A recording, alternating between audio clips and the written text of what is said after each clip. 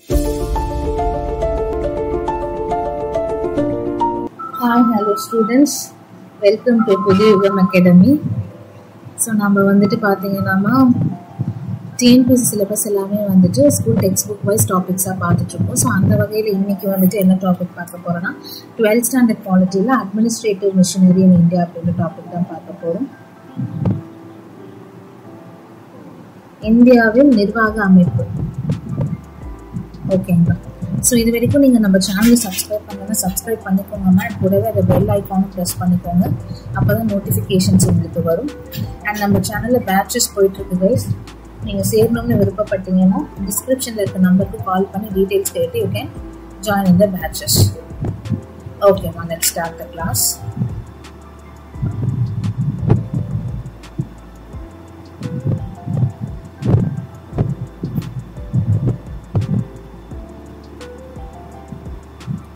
So இந்தியாவில் நிர்வாக கட்டமைப்பு அப்படின்றது எப்படி இருக்கு? ஸோ ஃபர்ஸ்ட் வந்துட்டு பார்த்தீங்கன்னா இந்திய அரசாங்கம். அண்ட் தமிழ் மீடியம் ஸ்டூடெண்ட்ஸ் நான் சொல்லும்போதே நோட்ஸ் எடுத்துக்கோங்க. பிகாஸ் நான் தமிழில் எக்ஸ்பிளைன் பண்ணுவேன் இங்கிலீஷ் ஸ்லைடாக இருந்தாலும். ஸோ நீங்கள் வந்துட்டு நோட்ஸ் எடுத்துக்கோங்க. தமிழ் ஸ்லைடு வரைக்கும் வந்துட்டு வெயிட் பண்ணாதீங்க, சரியா?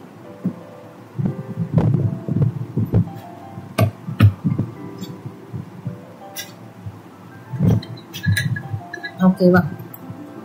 ஸோ ஃபர்ஸ்ட் வந்துட்டு இந்திய அரசாங்கம், அது கீழே தான் வந்துட்டு பார்த்தீங்கன்னா மாநில அரசாங்கம், ஸ்டேட் கவர்மெண்ட்டு. ஸோ நிறைய மண்டலங்கள் இருக்குது. டிஸ்ட்ரிக்ட், மாவட்ட லெவலில் ஜில்லா பரிஷத் இருக்குது. அப்புறம் வட்டங்கள், மாநகராட்சிகள், நகராட்சிகள், பேரூராட்சிகள்.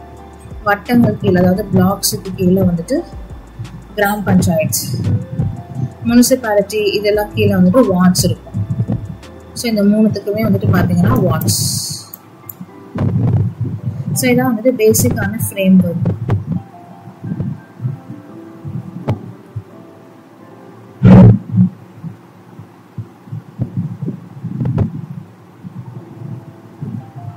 இந்திய நிர்வாகத்தின் தற்போதைய நிலை. ஸோ இந்தியாவுடைய அரசமைப்பானது ஒரு மையப்படுத்தப்பட்ட நிர்வாக அரசு. ஓகேங்களா? ஸோ மத்திய அரசாங்கம் அப்படின்ட்டு நம்ம வந்துட்டு சொல்லுவோம். யூனியன் எக்ஸிக்யூட்டிவ் இருக்காங்க. ஸோ ஒன்று மத்திய அரசு, இன்னொன்று வந்துட்டு மாநில நிர்வாகம் அப்படின்றது, சரிங்களா? அண்ட் மத்திய அரசுடைய மேற்பார்வைக்கு கட்டுப்பட்டவை தான் எல்லாமே. ஓகேங்களா?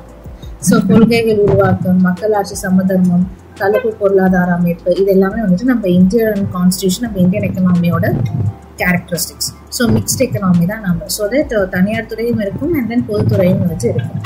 கேபிட்டலிஸ்டிக் பிளஸ் சோசியலிஸ்டிக் தான் வந்துட்டு மிக்ஸ்ட் எக்கனாமின்னு சொல்லுவாங்க. ஸோ இந்திய பொருளாதாரம் அண்ட் அதோடைய உள்நாட்டு சந்தை, உள்ளூர் தனியார் நிறுவனங்கள் மற்றும் பன்னாட்டு நிறுவனங்களுக்கும் திறந்துவிட வேணும் அப்படின்றதுக்காக நிறைய முதலீட்டாளர்களை ஈர்க்கும் வகையில் அரசாங்க முதலீடுகளை வந்துட்டு திரும்ப பெற்றிருப்பாங்க. ஸோ தட் நிறைய பிரைவேட்டேஷனுக்கு வந்துட்டு வழிவிட்டிருப்பாங்க. மானியங்களை நீக்கிறதுக்கு நடவடிக்கை எடுத்திருப்பாங்க. துறைமுகம், பெட்ரோலியம், விமான போக்குவரத்து எல்லாமே வந்துட்டு தனியார் மயமாக்கப்பட்டிருக்கும். அண்ட் பன்னாட்டு நிறுவனங்களுடைய முதலீடுகளை வந்துட்டு வரவேற்றிருப்பாங்க.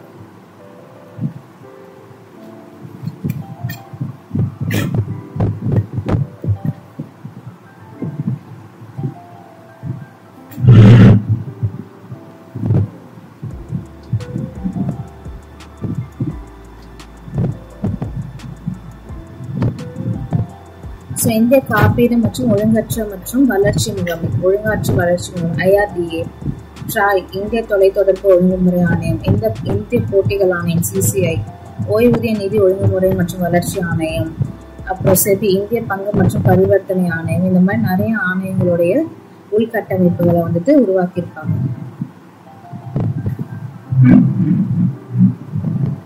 Ministry, department, boards and commissions. ஒன்றிய அரசு அமைச்சகம் மற்றும் துறைகள்.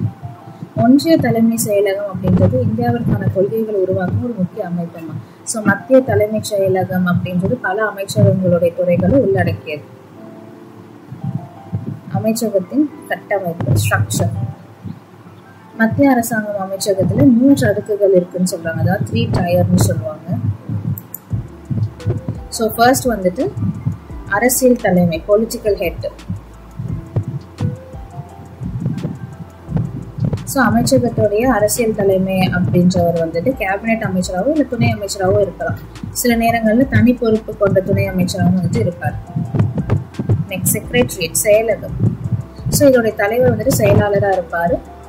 இவர் வந்துட்டு பார்த்தீங்கன்னா குடிமை பணி சார்ந்த சிவில் சர்வெண்ட்டாக இருப்பார், குடிமை பணி சார்ந்த அதிகாரியாக இருப்பார்.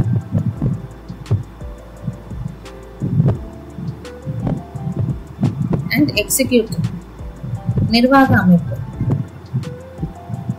ஸோ இதன் தலைவர் வந்துட்டு இயக்குனர், தலைமை இயக்குனர், தலைமை ஆய்வாளர், ஐஜி, ஆணையர் மற்றும் தலைமை கட்டுப்பாட்டாளர் அப்படின்ற நேம்ஸ்ல வந்துட்டு பெயர்ல அழைக்கப்படுறாங்க. ஸோ ஒரு அமைச்சகமும் பல துறைகளா பிரிக்கப்பட்டு ஒரு துறையும் பல தொகுதியா வந்துட்டு பிரிக்கப்படும். ஸோ தொகுதி பகுதிகளா பிரிக்கப்பட்டு பகுதிகள் வந்துட்டு கிளைகளா பிரிக்கப்படும். இந்த கிளைகள் தான் பிரிவுகளா பிரிக்கப்படும். ஸோ துறை அப்படின்னா செயலாளர், தொகுதியின் இணை செயலாளர், பகுதினா துணை செயலாளர், கிளைனா கீழ்நிலை செயலாளர், பிரிவுனா பிரிவு அலுவலர் அப்படின்றவங்க இருப்பாங்க. ஸோ இந்திய அரசு அலுவல் விதிகள் 1961 படி அமைச்சகமும் துறைகளும் பல்வேறு வகைகளா வந்துட்டு பிரிக்கப்பட்டு, சென்ட்ரல் செக்ரட்டரி மத்திய தலைமைச் செயலகம்,